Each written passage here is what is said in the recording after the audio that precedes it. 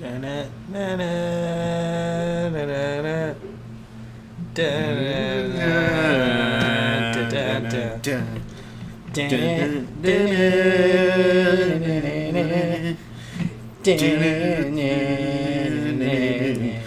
the suavest hosts around.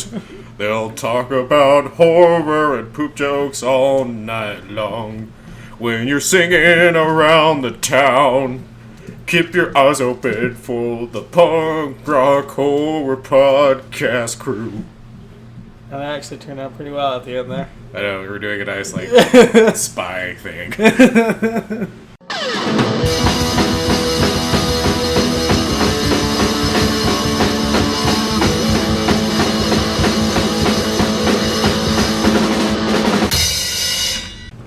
Welcome back to the Punk Rock Horror Podcast. I'm Matt. I'm Cody. And this is the only podcast in the world where the love of horror movies meets the culture of punk rock. And we're here to remind you today to support your local scene. Yeah. If you have bands and wherever you listen to, go out and support them. It's like $5, maybe $10 at worst to go see some music you've never seen before, see a band play you've never seen play before. And you might actually have a good time. I know. So go support your local scene. Yeah, bands, comics, all that stuff. Do it. Stop finding excuses not to do it. Don't be a wuss. Let's be honest. We both know you're more than likely not going to pay that $40 to go see Dropkick this year. So, why don't you take that $40, maybe buy 2 tickets, go buy yourself some pizza, and get a little wasted. You get much more bang for your buck that way if you're going to spend $40. I know. We went to a concert and it was only $10, and we were able to spend our next $20 on booze. Yeah. So it was a good time. Bam. Yeah. Yeah. And there was a blonde chick who I was supposed to remember but never remembered her. So, and I feel really bad because I couldn't. Yeah, I was saying you were really. I could tell you were really embarrassed the entire time. I don't know who she was. She's like, you don't remember me, do you? You're like, I do. Just not your name. Well, no, because she does have a familiar face, but I didn't remember her name, and I felt really bad. And she was trying to tell me, right next to the stereo, that the amps, because we were right in front of the stage, and I just couldn't hear her. And I felt really bad. I wasn't purposely trying to forget her or anything, but if she's listening right now, and obviously I still forgotten your name, I do apologize. This is my apology. Yeah. So I hope it doesn't come off too second-handed, but I don't remember your name, and I feel really bad about that. Yeah, he kind of gave me an entire, apology to you on the ride home. It was really funny. Yeah. Because you felt so bad. I did feel bad. Just I feel terrible, and I just, oh my God. Well, because I was thinking about it, I was like, wait, what if it was someone who actually listens to the podcast? Yeah. And, they were trying to have, a moment and be like, oh my God, it's actually, Matt and Cody from, Pure HP. It was just Matt. But then that's when I called back and I'm like, well, wait a minute. I don't think it is somebody who listens because she only identified me and not you. Yeah. So that's why I'm where do I know her from? I don't know. So it was an interesting time in life that of what happened. Yeah. But yeah, I mean, if she's listening, I'm sorry. If not, then this whole speech literally means nothing. To all the rest of the listeners. I know, they're like... Okay, get on with it, man. What's your point? You forgot someone. It happens to everybody. Yeah. I just feel bad. It's alright. I just feel bad. It's fine. I feel bad. It's okay. It's just I feel bad. Oh my God, you can't remember everyone. For the next 45 minutes, I'm just going to keep saying I feel bad. I still feel bad. Okay, I'm sorry. I'll stop. You can stop. I'll stop now. All right. Mortal Kombat Rider promises the movie will have fatalities and will... So, starting off what's going on in horror this week. I can't read the rest of that title. It will definitely be rated R. Oh, okay. Well, it's not there. So, so we're talking about now what's going on in horror this week. So, We'll start off with Mortal Kombat. So, as Cody said... Finally, the Mortal Kombat video game franchise is coming back to the big screen in a couple of years with director Simon McQuaid's feature film reboot for New Line and Warner Brothers, being produced by James Wan and Joe Taslim, who did The Raid and The Night Comes For Us. So far, it's supposed to be a direct adaptation, obviously, but more so in that it's supposed to have gore. It's supposed to be over the top. And Joe bloody. Taslim is playing Sub-Zero. Oh yeah, that's right. That's Taslim. That's right. I remember hearing that earlier this week. What am I thinking? Yes. Yeah. So it's exciting that they're like, yeah, we're gonna finally make an R-rated film for this video game franchise, which is great. I mean, I just hope they do it up well and that like it is like fan service to the maximum on it. Yeah, I kind of hope it's like about as cheesy as the last one. Not as cheesy. Yeah, I mean, kind of close. Well, like, which last one? The first Mortal Kombat. Okay, I was gonna say Annihilation or not Annihilation. No, the good one. I don't know. The good one, quote unquote. But like, no, I want that kind of cheesiness because especially if you play the campaign in the last two. Yeah. Like, anything with Johnny Cage was that cheesy. Yeah. So, like, they could get away with the cheese as long as there's just a lot of blood and guts. Right. So, another thing going on is that there's going to be a comedic Cthulhu adventure being released. So, a Kickstarter started in 2016, was started by Gibbous, a Cthulhu adventure which looks promising. Adventure game is evocative of the humor and spirit of the 90s golden age of LucasArts point and clicks. And with the unveiling of a release date with a new trailer on Thursday, we know we will be playing this cosmic spoof within a month. So, that's cool. Yeah, I mean, I think, like, I was stuttering so bad because I'm just trying to wrap my head around the fact that we're getting a point-and-click game in 2019 in the vein of LucasArts. A lot of people still love to play, like, the Monkey Island games. Yeah, and the remakes. And the Grim Fandango remake. Yeah. And, like, I mean, to basically get Monkey Island, but with Cthulhu, like, I might actually try it out. Well, and, you know, what was it, like, a good example is like Detroit Becomes Human is totally a point and click adventure game, and I will argue that it's not maybe in the old traditional sense. No, it really is. It's an evolved version. Yes, it is. It's called an interactive movie game. So was Monkey Island and Grim Fandango. Those are point and click adventures. Was it interactive? There's a difference. Was it interactive? But no, you actually controlled where the character went and everything. Yeah, you could control the character in Grim Fandango and Detroit Becomes Human. Not really. You just get absolute control over the person. That's different. It's still the same thing. No. It's still the same thing. No. Either way, this game is set to be released August 7th. So that's when they're targeting for this to come out. So you got a little less than a month before this game comes out. So if you're needing a new in-vein LucasArts type of point-and-click game, you might want to keep your eyes open for Gibbous, a Cthulhu adventure. Yup. I think I'm saying it right. It's like Gibbous. So, do you want to do this one? Gibbous. Yeah. Oh my god, I'm so excited. So, announced today by DC Comics, this year's Year of the Villain event will be spawning a solo one-shot comic for the Joker this October with The Joker Year of the Villain #1, a 40-page comic written by Anthony Birch of Borderlands 2 and fucking John Carpenter. Yep. Like, oh my god, so the Year of the Villain event centers on Lex Luthor recruiting various DC villains, and the plot synopsis for the one-shot co-written by John Carpenter is as follows. This puts the Joker on a mission to get his swagger back in a world gone bad by out-batting everyone else, proving that the greatest evil is always the one that leaves them laughing. Oh, I'm so excited. I mean, it's gotta be good. It's John Carpenter. It's the Joker just flexing that he's the most evil villain ever. I mean, I know. It's, I'm so stoked. Like, there better be some shocking scenes in there, so help me. Oh, I know. So, like, that just kind of reminds me of, another DC thing I want to talk about that we haven't had a chance to, is, the Deceased. So, The Deceased? Yeah, so DC's version of, like, Marvel Zombies. Oh, okay.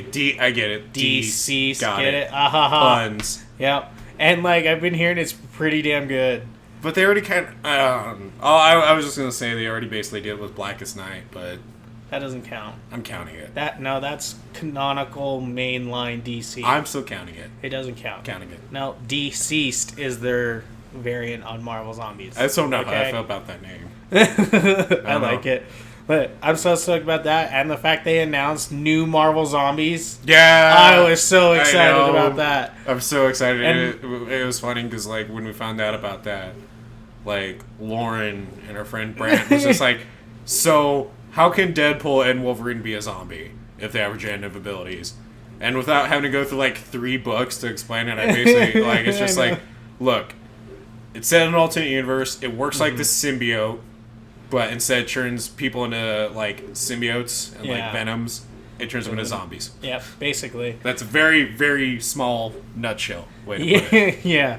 Well, like, I don't know. I'm so stoked about that because I'm only missing 2. I think 2 or 3 graphic novels of them. Yeah. I'm missing the one Ash versus Marvel Zombies. That one is so good. It's so good. It's so great. So good. I love like how they like introduced it that the Necronomicon is actually what turned the Marvel heroes into the zombies. Yeah. And that's what created the Marvel Zombieverse. Yeah. I wish they stuck with that because I like that. Yeah, that would have been great. But yeah. All right. Moving on. Fuck it. So moving on. So speaking of things in horror that are coming back, Nia D'Acosta and Jordan Peele's Candyman will begin filming this August in Chicago. So, not much is still known about the movie, except it's supposed to be a spiritual sequel to the original, penned by Jordan Peele himself and Win Rosenfeld.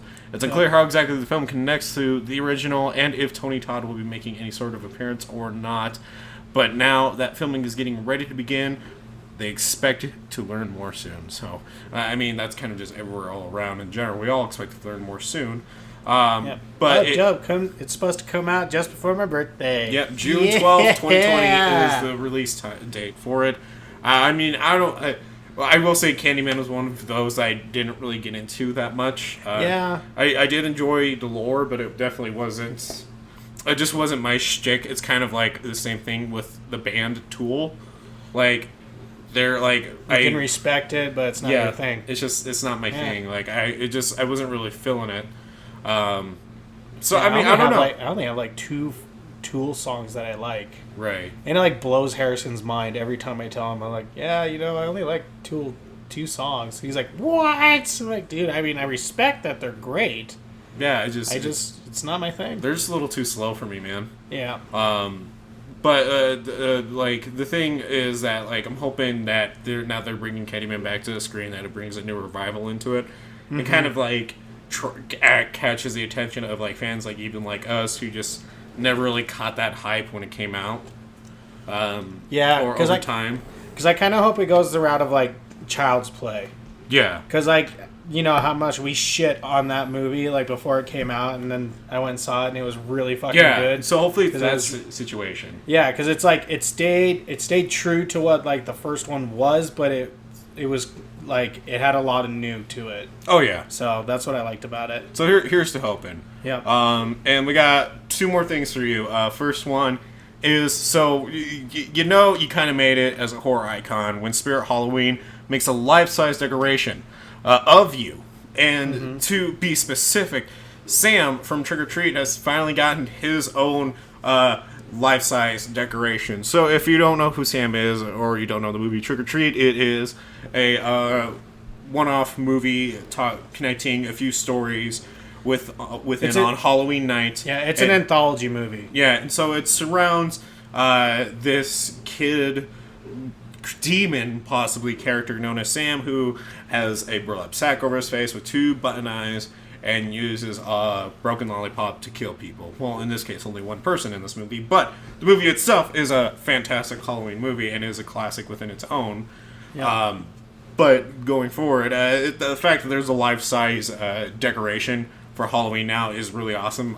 I kind of just want to get it just to have it. Not just to even put it out for Halloween, just to actually own one, because it looks really cool. Like, it looks spot on to the character himself. Yeah. So I'm just imagining like coming over and just seeing you like cuddled up with it on your couch. Who's that? Like, it's Sam. It's Sam. We're like, are you gonna make this weird? Like, you're like, not if you do. Not if you don't. Exactly. He's here. He got here before you. And lastly, something that I want to shout out that I'm really excited for because it's bummed me out the past few episodes, but now I'm happy again, is that Sam Raimi teases the return of Evil Dead film franchise. They're working on ideas right now. Now, I mean, to be specific, they were coming out with a video game, and we talked about that before. But the fact that I really they're still... hope that game comes out, man. Oh, it's going to. I know it's going to. I believe them when they say it's going to.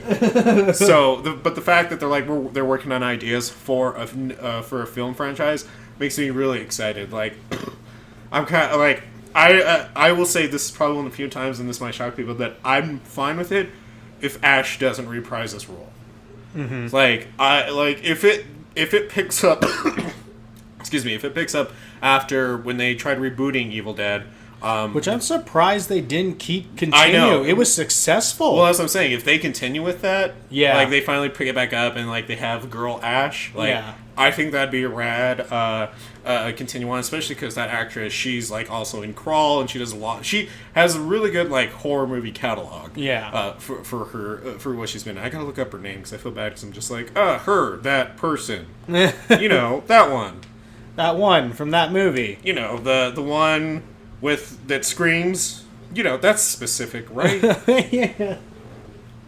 Right. That one. Yeah. No. No, I'm just really excited. Let me find her name. Oh my god. Found it. I think. Hold on. Anyways, give your thoughts, Cody, while I look. About Evil Dead? Evil Dead? Yeah. No, I just hope it's not another reboot. So, like, I just want it to be... I would like it to either be a continuance of, like, maybe Ash versus Evil Dead, or a continuance of the last Evil Dead reboot. Because, like, yeah, that she deserves a lot of credit for her work in horror movies. Oh, yeah. Oh my god, have you found it yet? I'm looking, man. I'm having trouble with the loading screen over here. I'm sorry. It's like, it's not all my fault, okay? Just saying. It's just... You're making me feel bad about this now. It's just taking forever. Well, I'm trying, man. Like, you could fucking keep it going, but no. I don't know. Like, you're the Evil Dead expert. Well, that's why I'm getting it right, because it's not Jane Levy, because I'm pretty sure Jane Levy is the one who actually gets possessed, like, early on within the movie. So that's why I got to get my sources right here, because if not, I'm going to feel really, really bad. And I'm going to feel like I've let myself down just a little bit here. But... Okay. Fine. I'll do a quick pause. It's Jane Levy. Yeah, no, you're right. It's my bad. I don't know what I was thinking. Sorry. My bad. I definitely dropped the ball on that one. Well, I'm now going to cut off my right hand in solidarity and to show my shame, because it's only when I can cut off my left hand that I have done something correct to receive the honor of a chainsaw. There you go. So she was in Don't Breathe. She's in Castle Rock. She is? We should go visit her. Doesn't say she's in Crawl. You know what? I do make that mistake a lot with Crawl. What's her name? Kaya. I'm trying to think of how to pronounce her last name. I don't know. Kaya Scodelario. Yeah. Both her and Jane Levy look a lot alike to me. Oh, okay. See? There's a picture. Yeah, I can see it. Yeah, I get them mixed up a lot. That's my fault. Fuck me. But you can see why I thought, because it was also another Sam Raimi film, so I was like, oh, so he just like using the same actress. That's cool. Kind of like Tim Burton. Yeah, like Seth Rogen does and Adam Sandler. Yeah. So, but anyways, moving on. So today we're going to jump into now our subject for today. So we went onto Twitter, we went onto Facebook to talk to all of you ghouls and gals and get your inputs, and basically ask you this time for our listener participation order, which is, this weekend we are discussing what exactly makes a horror movie a classic. Is it the writing? Is it the characters? The monsters? And we want to know what you think, and while you're at it, why don't you tell us what your favorite horror movie that you consider as a classic is, and why. So we will start on Facebook, and then we will move on to Twitter. So on Facebook, we only got 2 comments, but they're very, very well thought out. One from Lauren. She goes, I think. Did you need to include that? Yes, I really did. She put it. I'm gonna read it. Okay. I think the all of the above is what makes a horror film a classic. For example, It. The writing and acting of that film was outstanding, and it still puts fears in your mind to this day. When I first saw it, I was terrified. I still am of red balloons and storm drains and clowns. The new It doesn't help with those fears. Thanks to Matt for forcing me to watch it. Smiley face. My favorite classic is anything paranormal like The Exorcist because it still holds up today and it's based on actual events. And then our second comment from Denny. When I think classic horror, quote unquote, I think of movies from the 70s like The Last House on the Left and Texas Chainsaw Massacre and of course Alien. But I also remember Trilogy of Terror. I remember that scaring me. And it's the grainy quality, the stark brutality, and almost casual rape. If you haven't seen it yet, check out The Entity. Entity, that one sounds really familiar. Yeah, it does. So, anyways, going on to our Twitter, starting out with William Schimpert at Better Brains B. He's commented a few times on here, which we appreciate his input. Yep. Anyways, going forward, he tweets, "Man's greatest fear is the fear of the unknown," quoted by H.P. Lovecraft. So I figure that's a great way to start this out. So let's jump into the rest of them here. Yep. From Art of the Crow, at Art of the Crow, I would have to say Lake Placid for me, because that was the first horror movie I saw that featured a crocodile. It's amazing that creatures that large can move so silently in water without ever being seen. And he has a point. That made that movie of like how quiet it was and how murky the water was. Like that was really unsettling the entire time. Like it has given, to be truthful, it's given me a bit of like a paranoia with like murky water areas in general. Like I know there isn't a giant ass fucking crocodile like Lake Placid side, but dude, when I after I saw Lake Placid one time, me and my dad were fishing. Yeah. And we were just at a lake, and I was just like, "This is how it a happens." Fucking crocodile is there. I'm gonna hey Dad, I got a fish, chomp. Like the bear. Just fucking like that scene was intense. So from heck at Anakisan, if they made a Funko Pop of one of the characters. So really, I responded with that makes us both mad and yet laugh because that is like true. It's in a sense. Yeah. Because it's like if they're making an action figure of you kind of thing. No, because they made Funko Pops of the Suicide Squad movie, and that movie's terrible. It's not considered a classic. It's classically terrible. But no. No, sorry, I just want to stick it. I just want to stick it to Suicide Squad. I know. So, you know what? I don't fully accept that. So, but it is semi-true. That's why it's not fully accepted. From Cinemondo Podcast at Cinemondo Pod. Innovative and original set pieces, which can include camera work, acting, and or a spectacularly staged kill.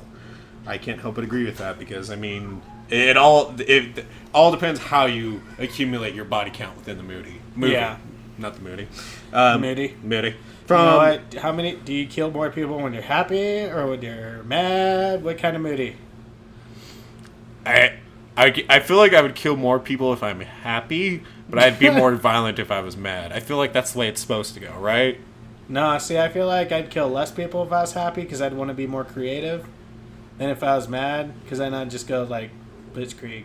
Yeah, I guess that's a good point. You get a little more careless. Yeah. And that. Anyway, so from Sean Hurley at Audio Spider. For me, it's a couple of things. Tension, needs to be nervous, and worried about what happens next. Characters, need to care about them, love, hate, or laugh, etc. Imagination, far more scary if I imagine the horror. Gore is cool, but my mind does a better job. I don't know. I might disagree. Yeah. But gore for me has to be up top, but like the Hatchet series. But then again, there's also like a good amount of paranormal movies that don't have a lot of gore. Well, I think it depends on like the first It. Yeah, well, you know what? I think it depends on like what type of movie. Like if it's a slasher film, I want to see it. Right. And I think I would rather see what's going on than hearing it. Right. But like paranormal movies make it work really well because they're not about the blood and gore. It's all about the tension of what you can't see. Yeah. Like it's supposed to. Yeah. For movies after work, at movies work, As long as jump scares are not considered essential, we are excited to see where the discussion goes. To which they did also add in, I'm trying to think of a good horror jump scare, but the only one I ever think of is the cat on Community. So we won't count it in this case. From Mike Marlowe at Mikey Geek, I tend to think in terms of how well received it was and how well it holds up over time. Not easily quantified, though. From Nikki Needs an Adult at Needs Adult. Honestly, it's the feeling you get when you watch the movie. I think if it can still make you feel scared after a million times, it's a classic. From Dave Love at Landers72, suspense, you know something is going to die. And for me, it's all about how and where. From Ryan L, it's like when somebody dies, like how they die. So like kind of like Final Destination. Like how Final Destination is classic in that its kills are classic because they're so creative. Yeah. Of how how people die. Yeah, that's true. So like also like Saw can be grouped in with that too, because of the torture devices and whatnot. So from Ryan L. Terry at RL Terry 1, although there are many reasons why one may consider a particular horror film a quote-unquote classic, in my opinion as a film professor, I believe that a classic is one that was innovative and contributed significantly to the evolution of a film genre by adding something new and memorable. From Andrea Drew Kittle at Andrea_Kittle. I think all of the things you said, the writing, characters, and monsters together, that make you want to watch it again and again and again. Well, thank you, Andrea. Yeah. Much appreciated. So that's what we appreciate about you, listeners. That's what we appreciate about you. Yeah. Said your sister's hot. It was worth it. And also, we did. I did decide to retweet Nikki Needs an Adult, her tweet, because I just liked that one. Because I think that hits right on what we're going to be basically talking about mostly today, is if the movie can still scare you. Yeah. So, and because really thinking about it, that's such a for someone to be scared by a movie, fear in itself, it's so unique on what someone considers terrifying. Yeah. Started off, I'll give a good example. Like for me, the remake of The Dawn of the Dead still freaks me out. Yeah, my heart still gets pounding like at certain parts. I've seen that movie like 8 to 10 times now, and it's like it still fills me with dread. Yeah, it's still like and like it's one of the most like controversial remakes ever made. A lot of people don't like it, and a lot of people thought like it was a good torchbearer to the original. Yeah.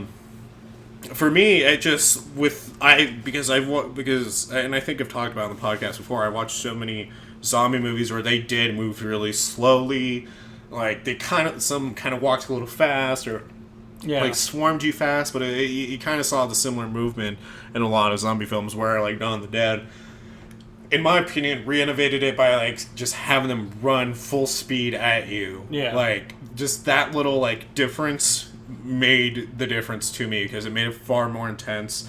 It made them far more violent, and just like it just makes me unsettled, man, and I think that's what makes that one a classic. In my eyes. Anyways, what about you? What's one do you feel is a classic that not everyone agrees with? Not that well. Fuck.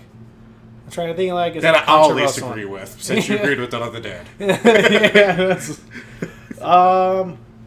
No, fuck, dude. Again, I wasn't prepared for that one. I was like, I was even thinking like in my head, I was like, no, a lot of people like that one, because I was gonna say 28 Days Later is like one that I believe is a classic, and I think a lot of people consider it one. We can still count it. I mean, this is your choice. Well, because all right, so the reason why I think it's a classic is the same thing. Like I still get uneasy when I watch 28 Days Later, and I will argue that the follow up is still a great fucking movie. 28 Weeks. Especially not just for the beginning, like I think it's really good throughout, but 28 Days Later, like it just the character development, it actually really makes you care about the characters. Yeah. And like and any time that there's like just one of the zombies. Yeah. Or the rage people, because they're not really zombies. But like anytime they're zombies. We'll call them zombies. But anytime you see just one of them, like you still get super nervous, because it just takes just something from their body to turn you into a zombie. Like they don't even have to bite you. Like a flake, a skin flake. It could be like as long as it like enters your system, it's just like fuck. So like, they just lick your face. Yeah, like think about it's like they were smart enough. They're like, you know what? We should probably not try and beat them to death to get this spread. Maybe if we started like acting nice, and then turn on them at the last session. Hey, you want a hug? Oh, gee, Missy, I sure had a great day. Well, I don't want things to move too fast, but if you don't mind, I'd sure like to get a kiss from you. Why, sure. Just saying. I would also say, though, like, what ours kind of compatible, because that one got a lot of love because of how they did the zombies different. By making them move fast as well and be intense move in that fast, one too. and like it was new to the formula of like they're not zombies, like in a sense, because if you watch throughout the movie, like when the zombies are running, at a certain point they actually get tired. Yeah, like you see them get tired and like fall to the ground and stuff. While like in Dawn of the Dead, because they're zombies, you don't see that. You just see them fall, but they're like scrambling to get back up and stuff. So because they don't have like a full awareness of their like a full cognitive awareness of their like, tired fatigue. Oh, actually, one that I do consider a classic that brings a lot of flack, The Babadook, because even though it's a newer one. Yeah, the reason why I think it's a classic is because the creature is memorable, the characters are memorable, even ghosts. Piece of Cody's back door. The shingle blinds fell. Yeah, but the characters are memorable, even if like you do kind of hate the characters. Like they're still memorable, but it's also really, really good writing. Yeah. So like and that's super controversial because I know a lot of people hate it and a lot of people love it. I would also say that it's also given us a lot of great memes. Yes, it has. Like, so far, it's a little bit... Why can't you be normal, U.S. government? This is one screaming. My favorite is the one where it's like, rest of the world, why can't you be normal? And it's like, U.S. screams in freedom.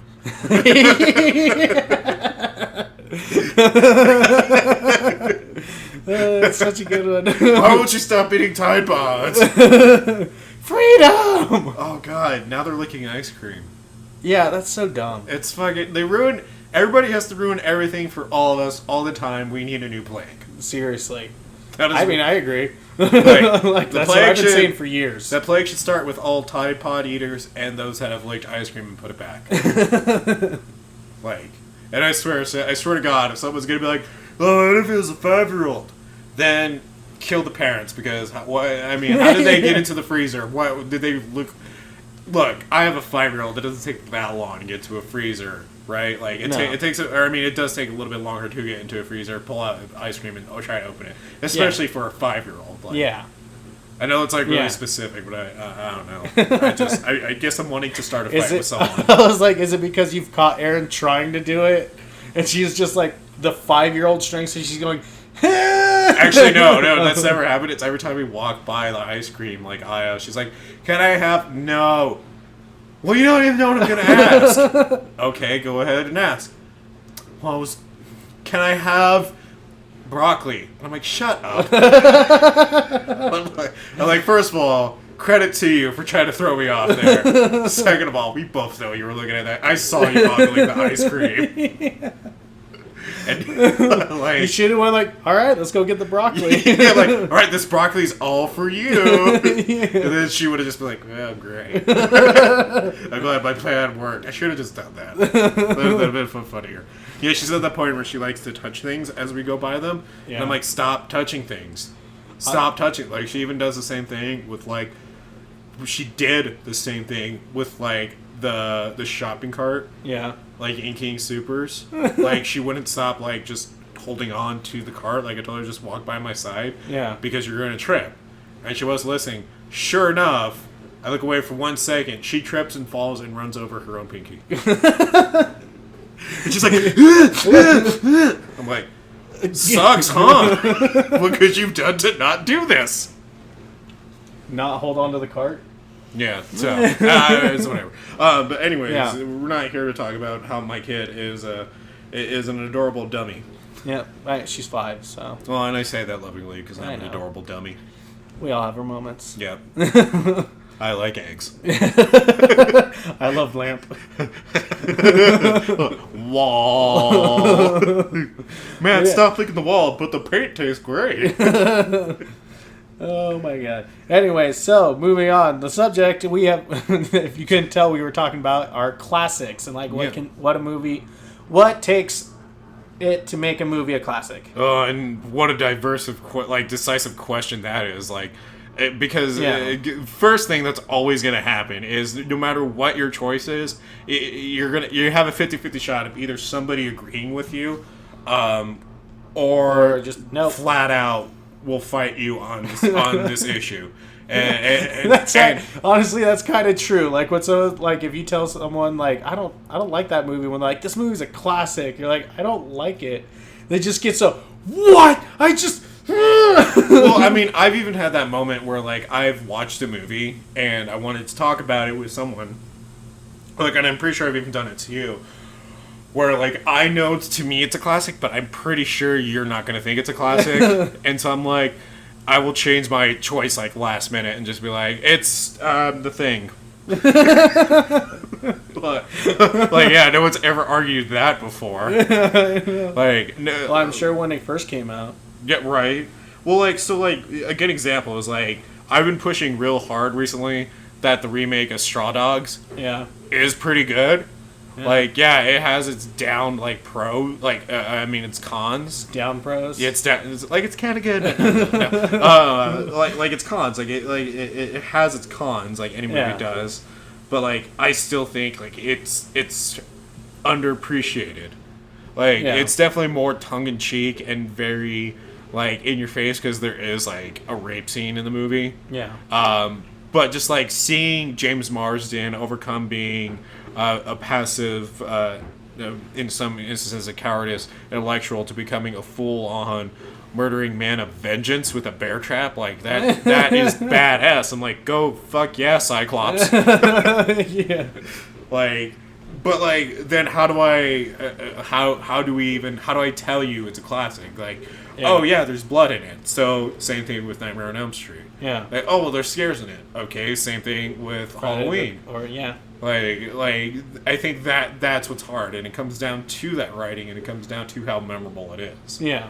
You know, I mean, I don't know, same scenario. Do you have a movie like that where you've had to change it last minute? Yeah. Oh, anytime when someone's like, oh, what's one of your favorite werewolf movies? Because, like, no one likes the remake of Wolfman. Yeah. And so I'm always like, American Werewolf in London. Like, oh yeah, I fucking love that movie. It's so good. Like, yeah, I know you love it. Yeah, like, I know the transformation scene's super iconic, still holds up today. There's been nothing like it, like nothing similar to it. Yeah, it's great. I know that scary dream with the Nazi werewolves was terrifying. Still skits me today. And I'm just like, I like the Wolfman remake. And, like, that's when I was super excited when I talked to Dev's parents, because they fucking loved that movie. And I was like, yeah. But that happens though. Like, you get people who are just like, oh, that is garbage. Yep. And it kind of like. And, like, unless you're with that right type of crowd who it has that type of, like, humor. Yeah. Like, when you're just telling someone you don't really know about that, and they're just like, oh, that is garbage. That is really kind of, like, defeating. Yeah. Like, be like, oh, that is shit, you fat fuck. Yeah. God, go kill yourself, you stupid piece of shit. Fuck you. God, like, how could you love that movie? I mean, maybe I'm over-exaggerating a little bit, but, like, that's kind of how it feels. So one of my favorite things is, like, even if it's a movie I really, really like, anytime Harrison says he likes a movie, I'm like, dude, that movie is terrible, just to see, like, the reaction. Right. And then I'll, like, wait a couple seconds afterwards when he's just, like, thinking of ways to defend the movie, and I'm like, nah, dude, I really like that movie. Like, well, yeah, but that's what I'm talking about. Like, obviously, like he gets your joking once you bring it back up. Yeah, because, like, the difference is, like, I don't go, oh my god, it's terrible. You're fucking moving out. Yeah. Like, it's not like you're saying that. We're not friends anymore. Like, fuck you and your family, get out. like, it kind of just, like, I think it's like you get so defensive of these movies where it's like that we consider classics that if somebody doesn't meet that level or is like willing to hear you out on it, you automatically get defensive about it. I mean, I know I do. I mean, I do too. Like one movie that's always hard for me to defend being a classic is Feast, only because like explaining that premise to someone of like, yeah, it's just a bunch of monsters fucking up like all these people in a bar. Like there's this great blowjob scene where this chick spews like sperm and blows up, and like how do I have like a deep intellectual conversation with that? But like, you know what's really interesting about geysers? It reminds me of this actress who once betrayed a biker. like how do I geysers? Yeah, like if I'm like at Yellowstone or something for some fucking reason, and there's this awkward family, like I just wrote up walk out to be like, hey, you know what this geyser reminds me of? And then like I bring up the scene and I traumatize their kids for life. Yeah, and then when the monsters see that one of theirs has died, they just fuck each other on top of a car and shit one out like 10 seconds later. Like, no, you don't get it. Like, what's cool about that is, like, it's kind of like their own species. Like, if we're going to go cryptozoologist kind of... And then, like, I've lost them and I brought up cryptozoologist because everyone thinks Bigfoot right away. Yep. Or Nessie. But I mean, like, that's what I mean, man. Like, Feast is memorable. Like, it is a memorable, like, we can consider it a classical, or not classical, a classical. Like Beethoven in the background. Yeah, Beethoven's playing in the background. Or Pavarotti, like, and like, like the little things. And like spews sperm out of her mouth as Pavarotti's playing in the background. Mercy. Like, oh my beautiful. God. And then that's when they have to put it in black and white and end it with like French text. Finn. Magnifique. Oh my God. Like, that's how it's a Grammy. And the award for Actress of the Year goes to Sperm Spewing Biker Chick. I bet there's one listener. I'm like, oh my God, just talk about some actual fucking classics, please. We're on a roll here, right? So that isn't a classic in itself, just because of the amount, how creative the gore was in that movie. Yeah, I consider it to be a classic. I mean, substance of the story aside, of just mysterious creatures showing up, like, and the lack thereof substance, the fact that it was just really creative and like over the top of its blood and gross out humor just made me love it. Like, yeah, and I think that's what's cool about it. Now, when I compare that to like Nightmare on Elm Street, that is such a hard comparison to make because Nightmare on Elm Street did a few things different.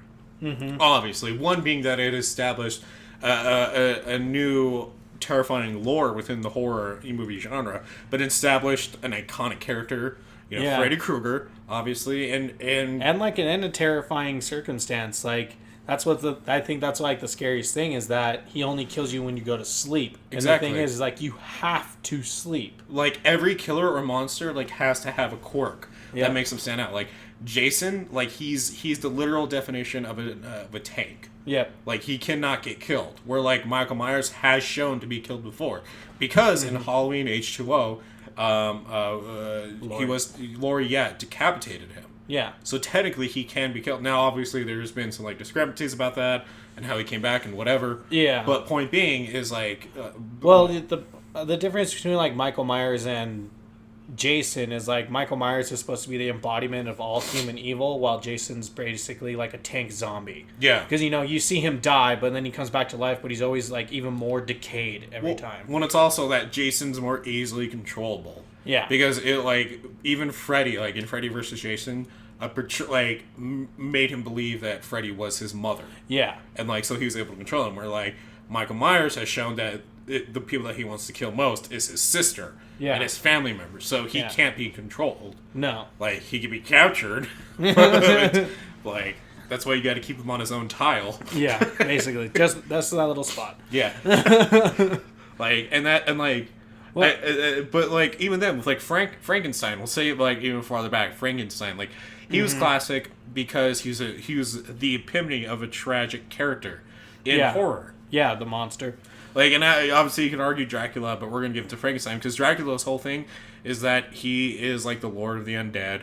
Yeah. Drinks blood, can seduce. Like each one of these characters has a niche, something Yeah. that makes them stand out. Yeah. And then, yeah. Like Wolfman, Well, like even your classic, like the one that you love, like that one is so unique because It is. it's unique. a wolf man. Yeah. It's unique because, like, when you think about it, like, it plays off of that whole entire, like, that thing about when it's a full moon, you act different, you feel different and stuff, and so, like, and it's, like, for some people, it brings out their more beastly side. So, like, it's kind of like what's hidden underneath someone. That's, like, what I like about the Wolfman is, like, there's always, like, something underneath. Yeah, Like, for everybody. And that's why I like the new one is because, like, for Benicio del Toro is just the resentment for his family. yeah. And so, and how it just, like, that's what ruined his life for him for the most part. Like within the movie, you mean? Yeah, within the movie. Okay. Not him in general. I have no idea. Yeah, like that's just, it's No. like I'm gonna make a movie. His character. Fuck you, mom. I'm gonna write the script. But, no, and so one thing that I always find funny about classics is that, like, so when you think about classics, you always think about the first iteration of the movie. Yeah. Like, whenever you bring up, you know, what's a classic, usually when you ask someone, like, what do you consider a classic horror movie, they'll either say the old monster horror movies, like Dracula, Wolfman, Creature of the Black Lagoon, Right. or you'll think, like, the 70s movies, classic movies, Nightmare on Elm Street, Jason, Friday the 13th, Yeah. Halloween. But, like, when I think about all those, think about, like, what's come after them. Right. Like, you know, their sequels, like, you know, they for the most part, like, go down in quality. yeah. But, like, it's the monster. So it's not, I don't think it's, like, necessarily the quality of the movie. It's, like, I think it's the character themselves that makes a movie a classic. Yeah, I mean, because, like, we have, like, those, like, horror movies that do have really great writing in them. Like, The Conjuring does get a lot of, like, appraisal because of its writing and how well it's written. And same thing with the It remake. Like, so, like, those are going to be, like, instant hits, instant classic, purely because of their writing, really.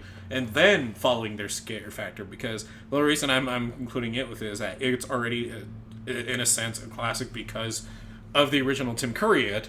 Yeah. But the new movies, the remakes, are going to be classics because of their writing. Yeah. And how they approached it. But, no, like, hitting on what you're saying, it's totally, it comes down to how well that monster is made to be. And, like, how much of an impression he makes on people. Like Freddy Krueger, like, bringing it back to him, like, he generally gets horror fans excited because he revamped the horror scene. Yeah. Like Nightmare on Elm Street did. It totally brought a new feel into the whole, like, slasher genre in general. Like, yeah, especially, like, mostly because of, like, how he killed someone. Well, and also, like, he just looks unique. Yeah, and he had a unique story to himself. Yeah, like, even, and I think this is one reason why I love, like, Friday the 13th is because Jason, like, he has, his character design is so simple, yet it's also unique at the same time. Well, just because that hockey mask, like, that thing, like, has stood the test of time. Yeah, and so, okay, so that, like, brings me to the point about sequels of, like, all these movies, how the sequels are always terrible, because, like, when you talk about the Friday the 13th franchise, when you think of the movies, the first one is always talked about, and Jason wasn't even the killer. Exactly. Like, there wasn't even a killer with a hockey mask. Yeah. Like, and he didn't even get it till the third movie, I believe. Yeah, because the second one, he had the burlap sack. Yeah, and so he got it in the third movie. Or a potato, whatever. Yeah, but a sack. Yeah, it's not like I have to use this.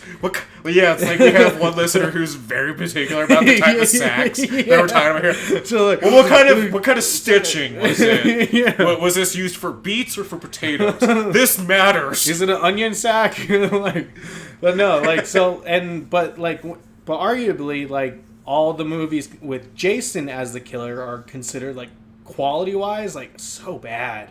Well, because it's the kills, though. No, I know, but that's what I mean. It's like they're terrible movies, but they're fun kills. Yeah. But I think it's also just the fact that it's because it's actually Jason being a hulking beast.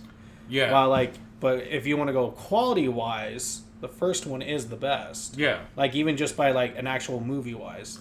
Well, I mean, going on top of it, like, it definitely, like, it came out in the right time. Like, I think Yeah. when it brought that shock value to mass amount of audiences, that's what made it so popular. I think if it came out now, it probably wouldn't be as well received and probably wouldn't get as big of a name. Like, we would probably have to talk about it a lot on this podcast. Well, like, I'll look at the remakes of them already. Like, Yeah. both the Friday the 13th and the Nightmare on Elm Street remakes, like, tanked. Yeah.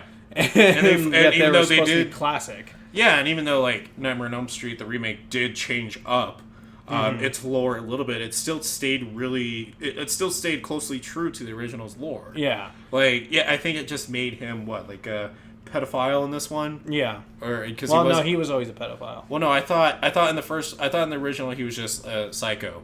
No, he was a pedophile and he killed the kids. Okay, I don't know why. Either way. No, I remember now. No, in the remake, it was that he wasn't a pedophile, but he was, like, they accused him of being one. So he was literally on a witch hunt. Like, he was part of a witch hunt. So, like, he molested one. Oh. The main girl. That's why she was all goth. Oh, well, it's been a hot minute since I've seen it.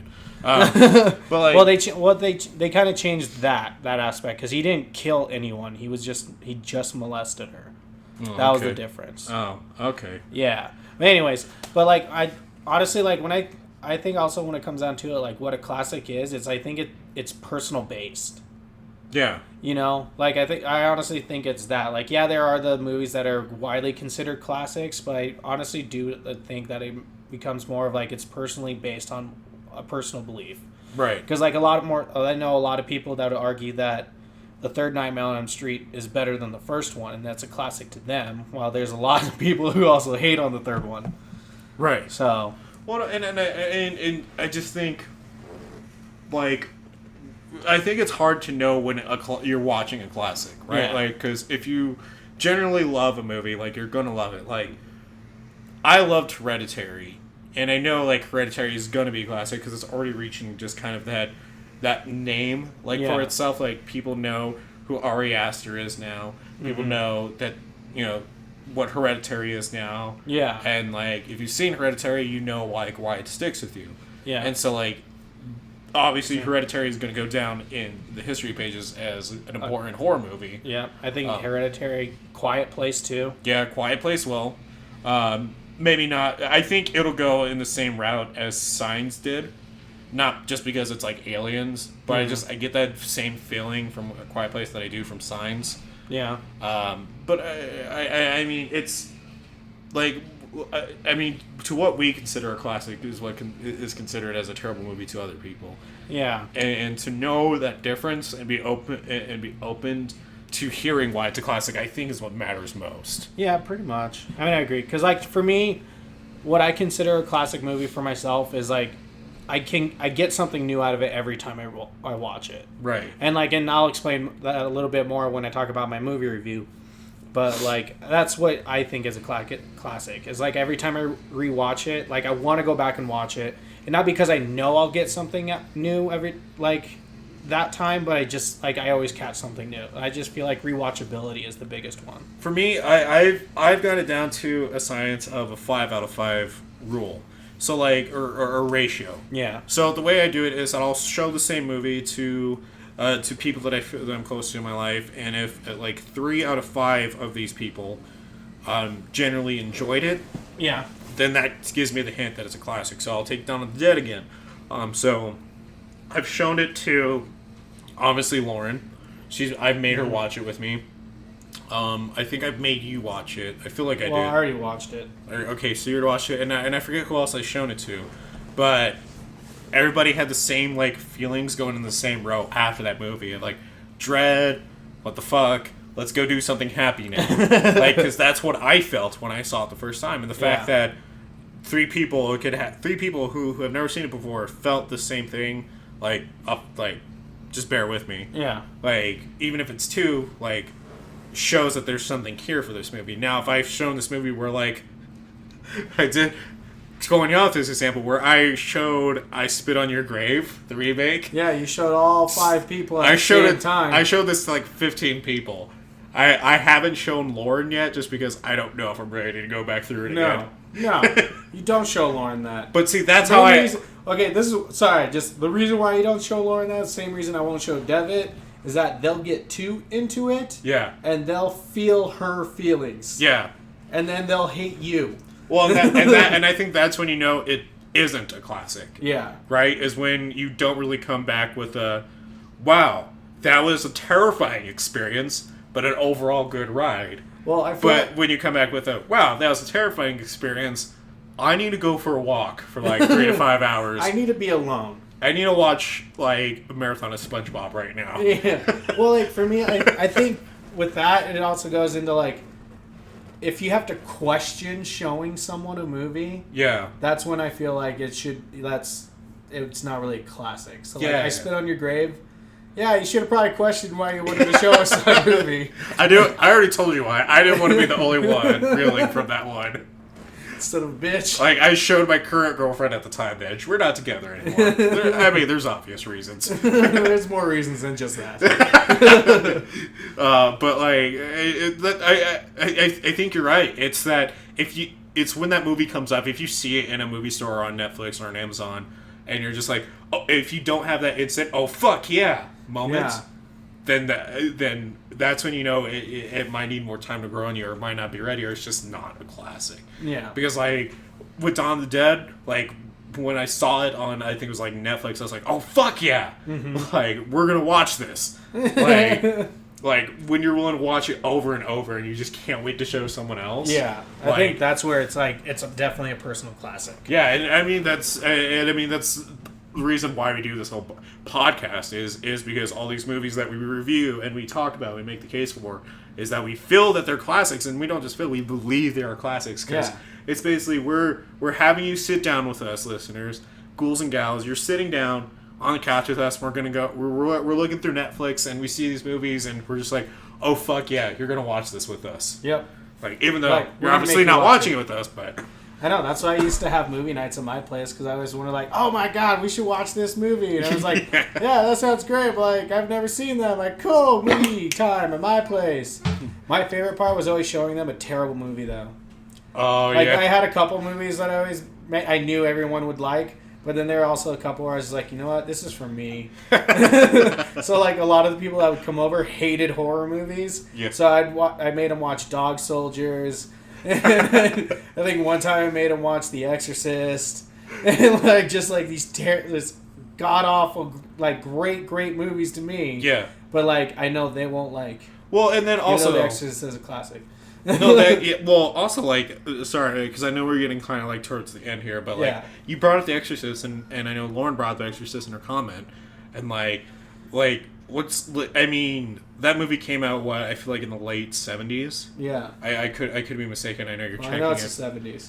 But, like, the fact that movie came out then, and, like, decades later, is still popular. People still talk about it. 1973. Yeah, so early 70s, my bad. So, and the fact that its quality has held up over time like that. Oh, yeah, like, and it still holds up. That is across the board. Like, those are the type of movies that you can tell right away are going to last. When it has its scare factor, it's unique in its scare factor, has a unique lore, and is generally terrifying the more as it progresses, because you definitely get that, like, what now kind of feeling. What is it going to happen now? Like The Exorcist, The Thing.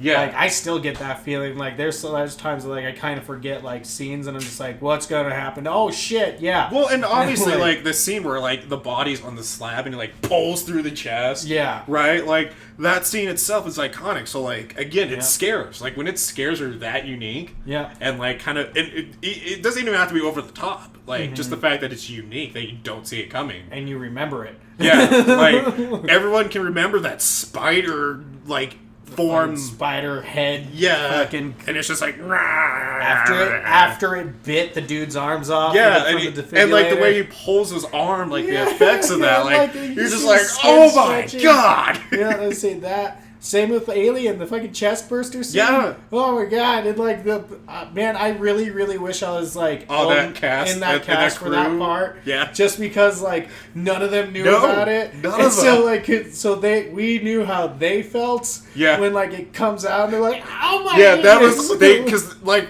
that, like, such, like, fucking, like, because that was James Cameron, right? Yeah. Yeah, so, like... No, Ridley Scott. What am I thinking, James Cameron? So fucking, that, yeah, duh. I mean, we're just getting so excited talking about this. I'm fucking up my directors at this moment. But, like, Ridley Scott, where he's just like, I'm not going to tell no one. Like, pulls out a gun, I swear to God. John, I swear to God. One fucking thing. Your family's going down. Like, and then, like, they're Sigourney Weaver is saying she's never gets scared. I'm gonna scare fucking her. Show her. Show this bitch what's up. Like, it gets all gangster, like, really into it. Like, motherfuckers are gonna learn. Nobody fucks with the Scott. And John Hurt's just standing there like, okay, Jesus, I promised I wouldn't tell anyone. You're goddamn right, okay, bitch. Like, it just, like, gets really into his face. It's like pushes him against the lockers. Yeah. Like, fucking move it. Give me your lunch money. Fucking pussy. Like, just now imagining really Scott being like the jock bully. We need to move. I don't know. We need a sketch at least about that. But like fucking pussy. Fucking that's I'll make that xenomorph my bitch. the cockamorph. Fuck you. I need to make then he just transforms into a Kyle. Yeah. Just punches some drywall. Like, who the daffy fuck do you think you are? They'd be like, Ridley, where'd you get that monster? What is that? Don't you fucking worry about it. Shoot the fucking scene. Yeah. Want one of these? And then chestburster scene happens. Everybody's freaking out. And he just gets up and Sigourney Weaver's like, yeah, don't get scared, huh? With an L, C, Weaver. C, that's right. I'm replacing your S with a C because fuck you. And like, years later, they finally get an award for the movie. And like, Ridley Scott comes up with like a church hat and like jersey. Like, has like Wu-Tang Clan on one side and just like bodyguards on the other, like hype man. And be like, yo, I just want to say, fuck you, Weaver. It just like drops the award and the mic and walks off. She's just sitting in the audience like, what the fuck? We already got over this. He had one monster. Once. that was it. Okay. That was it. Basically what I'm saying is that white guys can't handle monsters.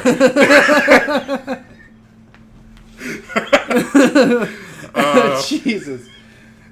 Okay, that was a good one. Yeah. You know, because for Walker, I was like, I really want us to do more of the Boston accent Egyptians. Yeah. But like, I don't want gangster Ridley Scott. Yeah, well, a situation hasn't come up where we could just bring it in again. Because I love doing that role with you. Because it's just fucking the Boston Egyptians. Like, they're from Boston. Like, they got the Boston accent. Oh my god, dude. So, ending the episode before he starts going into the accent and then goes on about hieroglyphs. Yes. Anyways, so maybe I mean, get a chance next time. I mean, obviously, this is like how we end every episode. This conversation is one that needed to be talked about and kind of just discussed on. And if you want to continue with this conversation and see where it goes, Lala is going to continue it over on our Patreon for our punk rock half hour power for this coming Sunday. If you want to be a part of that. I thought you were going to do this whole thing in a Boston accent. I was trying to be respectful. Well, I'll intro the next episode with that. Okay. So yeah, if you want to see where this conversation goes in Lala's perspective, please go over to our Patreon, and just for $2 a month, you will get access to our punk rock half-hour power show, which she hosts, and we'll continue this conversation. She also does her own unique thing. Not only does she just continue the conversation, she reads creepypastas and kind of talks about what's going on in her life and the things that she loves and hates. You definitely want to listen to it. There's definitely been a lot of great content. She always has guests on, and they're fantastic. Definitely go check out her show. Yeah, and please consider supporting the show. We're coming out with a lot of great content for all you ghouls and gals. And the best way to support that and to fund that is to become a patron over at our Patreon, or just buy a t-shirt from us. Yep. Buy a mug. We do have new mugs. We have new shirts on our Teespring account. You can get yourself a Punk Rock Horror Podcast t-shirt or tank. We do have sizes that go up to, I think it's like triple XL. We do have sizes to accommodate every body shape. If we don't, please let us know, and we will make those changes for you. Yep. But point being is that we do try to accommodate every unique, beautiful body shape over at the Punk Rock Horror Podcast merch store. Go ahead and get yourself something today, or even just get a mug for your coffee. With that being said, if you want to be... mugs. They're beautiful mugs. get a beautiful mug for your beautiful mug. Oh, that's right. If you're looking in the mirror right now, you're fucking beautiful. I love you. Yep, love you too. We both love you. Yep. We're like right now like if you find our voices sensual in any way, just put your headphones in, and now we're gonna make sultry licking noises through your ear holes. This is for you. And if you want to unsubscribe, we get it. But if you want knew what you were getting into. If you want to be involved in all of our listener participation corners and all cool updates coming up, please like us and follow us on Facebook. Search us up at Punk Rock Horror Podcast or our Twitter at official PRHP. Our Instagram, Punk Rock Horror Podcast, hashtag PRHP Podcast. You can like... Also, go check out our Instagram. You'll see some dope-ass photos of us at the Barry Mia show, which was fantastic. Yeah, we had a great time. That's going to be something I think we're both going to, like, have a joined what we love this week. Yes. In some way. Well, anyways. We have the Instagram figured out. We're updating it more and more with new content. Please give us a follow. And if you want to follow me on there and my everyday adventures, you can follow me at The Undead Matt. If you want to just support the show again, please consider go over to our Patreon, become a patron for just at least $2 a month. We have merch. Also, stay tuned because, again, at the end of this month is the first episode of the Paranormal Princess podcast. So all you have to do is just stay subscribed to the Punk Rock Horror Podcast feed, and you will get that first episode right away. But tell you what, if you want to get it before everyone else, if you want to hear Aaron's very first episode, go over to our Patreon. And again, for only $2 a month, you will get to hear that episode and all future Paranormal Princess podcast episodes, including our show, before anyone else, just by being a $2 a month patron. With that being said, all these links are below where you can go to get merch and everything else. And thank you again, Ghouls and Gals, for coming in, sitting down with us, and talking about horror with us. We will talk to you next time. Podcast over. Podcast over. Bye. Bye.